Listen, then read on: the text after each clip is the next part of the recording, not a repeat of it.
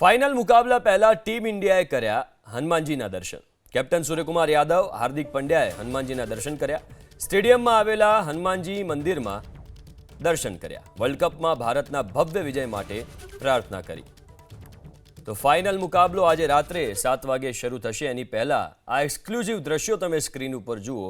હનુમાન દાદાના દર્શન કર્યા છે હાર્દિક પંડ્યા અને કેપ્ટન સૂર્યકુમાર યાદવે। સ્ટેડિયમમાં આવેલા હનુમાનજીના મંદિરમાં દર્શન કરવા પહોંચ્યા અને પ્રાર્થના કરી કે આજની મેચ, આજનો જે ફાઇનલનો મુકાબલો છે એ ઇન્ડિયા જીતે, વર્લ્ડ કપમાં ભારતનો ભવ્ય વિજય થાય તેવી પ્રાર્થના કરી।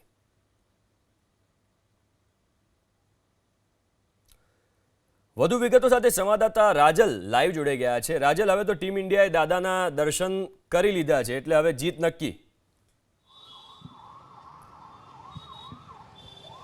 જી બિલકુલ હિમ, ખાસ કરીને આજે T20 વર્લ્ડ કપ આના પહેલાં જ જે આપણા કેપ્ટન છે સૂર્યકુમાર યાદવ અને હાર્દિક પંડ્યાએ જે સ્ટેડિયમમાં હનુમાન દાદાના આશીર્વાદ લીધા છે અને ખાસ કરીને પ્રાર્થના કરી છે, કારણ કે જે વર્લ્ડ કપનું જે કલંક હતું એ હટાવવાનો સમય આવી ગયો